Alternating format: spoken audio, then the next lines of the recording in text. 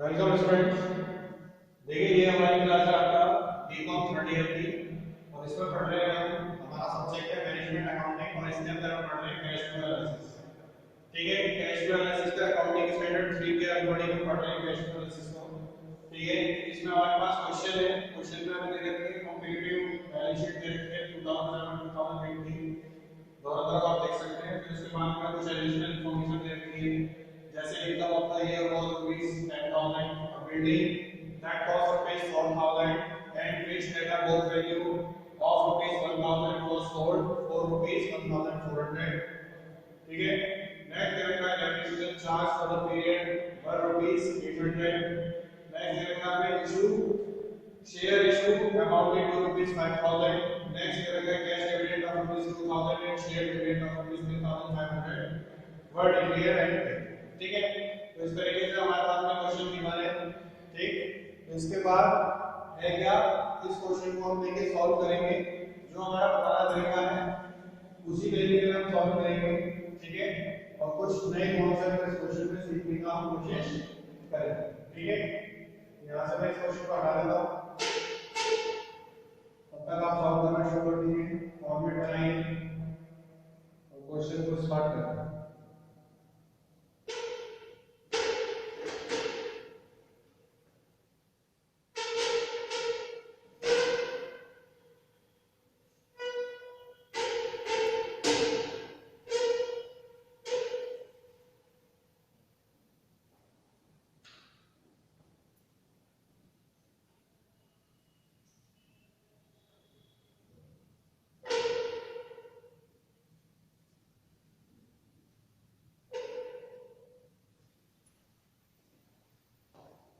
ठीक है, हम देखिए क्वेश्चन को स्टार्ट करते हैं, सॉल्व करते हैं. क्वेश्चन को किस तरीके से सॉल्व करेंगे.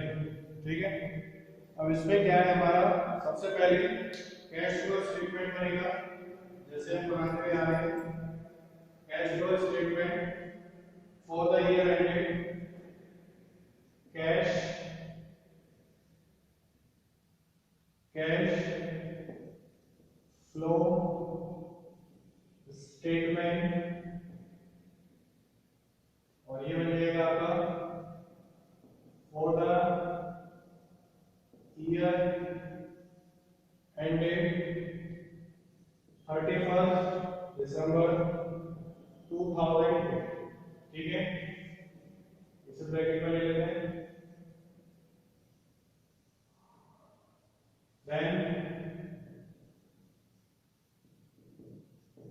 particulars amount और amount.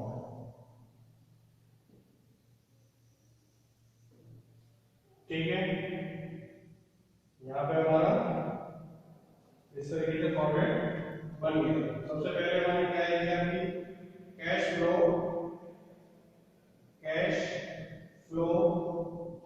From operating activities.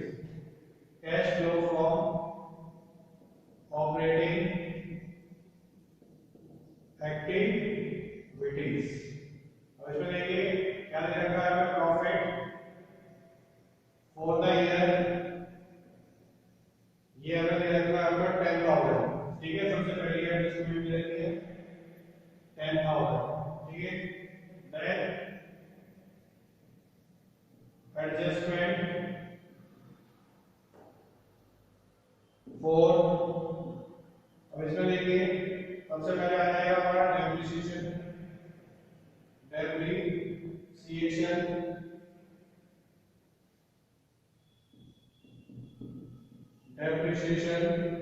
Depreciation कितना है हमारा 800 का.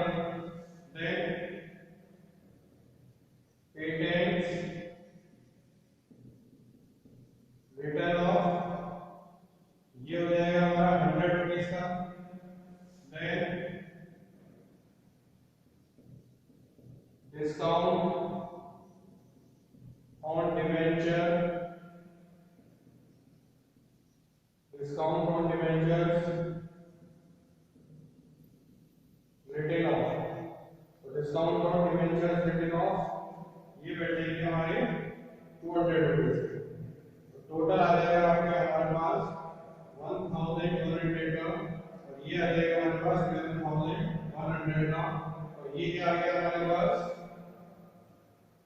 11,200, देन इसमें से लेस कर देंगे profit on sale of building. ठीक है, बिल्डिंग में क्या क्या रखा है, 4000 की वैल्यू थी, ठीक है, 4000 की आपकी क्या थी हमारे पास, जो बिल्डिंग की कॉस्ट थी 4000 की थी और उसकी बुक वैल्यू कितनी है 1000 की, और उसे बेचा कितने में गया है 1400 रुपए में। ठीक है, तो बुक वैल्यू जो उसकी मार्केट वैल्यू है 1400 लेस कर देंगे 1000, तो क्या बच जाएगा 400 हमारे पास बच जाएगा, तो जो 400 है वो प्रॉफिट बच जाएगा। ठीक है, ये कितना आ गया हमारे पास 10,700, 10,700, और ये आ गया हमारे पास operating profit, operating profit before working capital change, operating profit before working capital change, ये आ गया हमारे पास 10,700। अब इसमें से देखिए इंक्रीज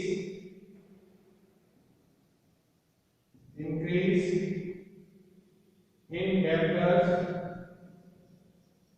ठीक है, वो कितने हैं हमारे 10,700 इंक्रीज हुए हैं, तो ब्रैकेट में जो अमाउंट हम लिख रहे हैं वो सारे हम लेस कर रहे हैं लिखिएगा। और दूसरा क्या है आपका इंक्रीज इन क्रेडिटर्स, ये हमारी हेड वैल्यू कितनी हुई है 2000, बैलेंस शीट पे कंपेयर करके देख लीजिए वहां हमें ये सारी चीजें मिल जाएंगी। तो टोटल कितना आ गया हमारे पास 8700 इसका माइनस का, ठीक है, और ये आ गया हमारे पास 2000, ठीक है, ये आ गया हमारे पास क्या net cash from operating activities, net cash from operating activities, ये आ गया हमारे पास कितने का 2000 रुपीस का। ठीक है, net cash from operating activities. सबसे पहले प्रॉफिट फॉर द ईयर वो कितने का था हमारे पास 10,000 का, देन इंटरेस्ट पेड करिए हमने, तो इसमें आ गया हमारा depreciation, then patent return of discount on debenture return of, वो कितना है 300, 100 और 200 का, टोटल कितना आ गया हमारे पास 1500 का, और वो हमने ऐड कर दिया इसमें 10,000 में, टोटल आ गया हमारे पास 11,100 का। Profit on sale of building कितनी की, जो सेल वैल्यू थी वो 1400 रुपए है, और जो बुक वैल्यू है वो है 1000 रुपीस, ये करें आपने। ठीक है, तो 1400 में से 1000 घटा दिए कितने आ गए 400, तो क्या है हमारा प्रॉफिट है। ठीक है, तो profit on sale of building 400, तो ये क्या आ गया operating profit before working capital change 10,700। तो इंक्रीज इन डेटर्स और increase in creditors, debtors increase होंगे तो हमारे माइनस होंगे और क्रेडिटर्स इंक्रीज होंगे तो हमारे ऐड होंगे। ठीक है, तो 10,000 में से 2000 घटा देंगे तो 8,700 अभी माइनस में बचे हैं, तो हमें कितना बचा net cash from operating activity, ये बची हमारे पास 2000। ठीक है, ये बची हमारे पास 2000। ठीक है, अब इसमें से इन्वेस्टिंग एक्टिविटी और फाइनेंसिंग एक्टिविटी रहेगी हमारी दो, उन्हें और कंप्लीट करते हैं। ठीक है, तो ये यहां तक क्लियर है। ठीक, अब इसे हटा देते हैं और जो हमारे स्टूडेंट्स हैं वो एज इट इज नीचे आगे रखते हैं, मेरे पास रहेंगे इसे हटाता हूं।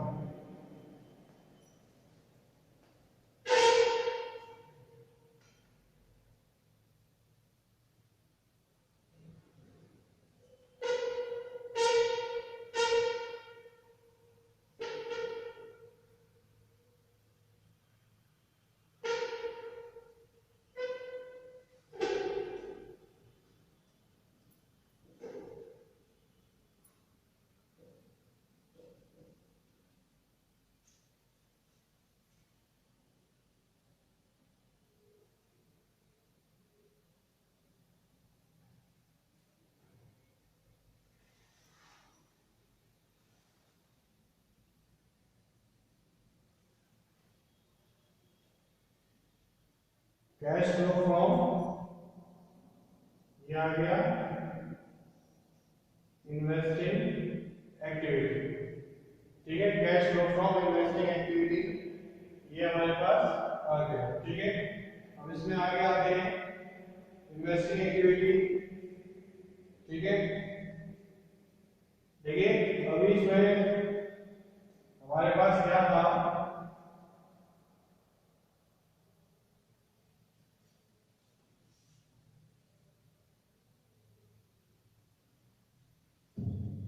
हमारे पास आया था आपका net cash flow, net cash from operating activities.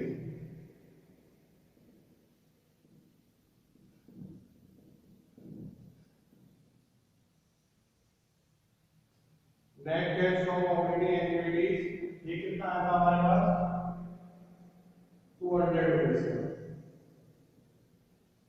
Sorry 2000 rupees. अब इसमें से क्या करेंगे हम, कैश फ्लो फ्रॉम इन्वेस्टिंग। ठीक है, investing activities, cash flow from investing activities ये आ गया हमारे पास सेल ऑफ बिल्डिंग। ठीक है, सेल ऑफ बिल्डिंग, तो सेल ऑफ बिल्डिंग में कितना आ गया हमारे पास, कितनी अमाउंट थी, 1400। ठीक है, और परचेज ऑफ प्लांट, तो परचेज ऑफ प्लांट कितना है हमारे पास, 2000 रुपीज का। ठीक है, परचेज ऑफ प्लांट।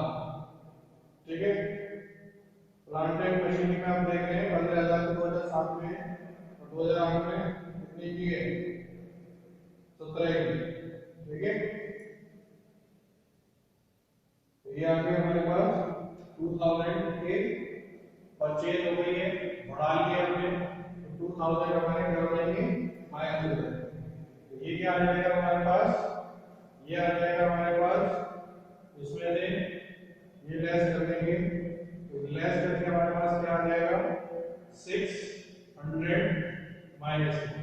ठीक है, 600 माइनस के, और ये क्या आ जाएंगे हमारे पास, 600 माइनस के क्या आ जाएंगे हमारे पास, net cash used in investing activities. ठीक है, net cash used in investing activities. इसके बाद आते हैं हम कैश फ्लो फ्रॉम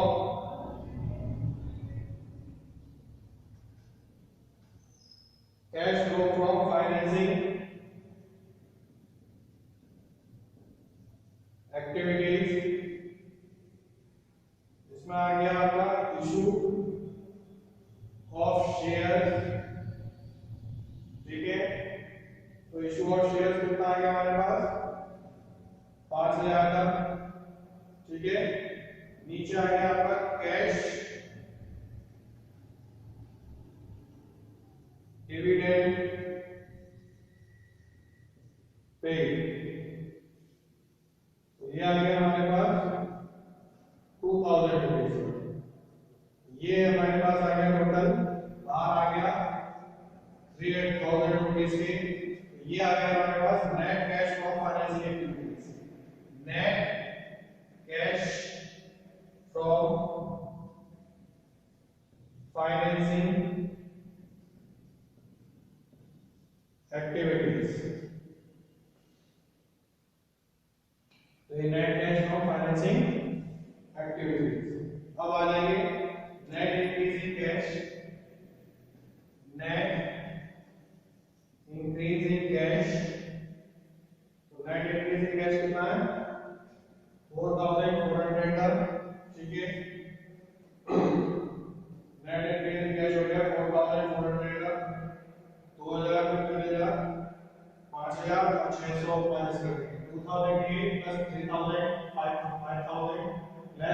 600 तो ये कितना आ जाएगा 4400। ठीक है, cash at the beginning, cash at the beginning ये कितना है हमारे पास 40,000। कैश एट द एंड कितना आ गया हमारे पास 44,000। ठीक है, 44,400। ठीक है, कैश एट द एंड, तो कैश एट द एंड आ गया हमारे पास, कैश एट द एंड आ गया हमारे पास 44,400। ठीक है, तो इस तरीके से हमारा ये क्वेश्चन कंप्लीट हो गया। ठीक है, ये भी क्वेश्चन हमारा क्या हो गया कंप्लीट हो गया। ठीक है, इसमें हमने तीन एक्टिविटीज पढ़ा करनी, ऑपरेटिंग एक्टिविटी भी आ गई, ठीक है, इन्वेस्टिंग एक्टिविटी भी आ गई, ठीक है, और फाइनेंसिंग एक्टिविटी भी हमने कंसीडर कर ली, और एट द एंड में जो हमारा है 44,400 हमारे पास बच गया। ठीक है, आई होप आपको ये कॉन्सेप्ट समझ में आएगा क्वेश्चन के साथ। ठीक है, नेक्स्ट क्लास में नए कॉन्सेप्ट के साथ नए क्वेश्चन के साथ बात करेंगे। तब तक के लिए थैंक यू स्टूडेंट्स।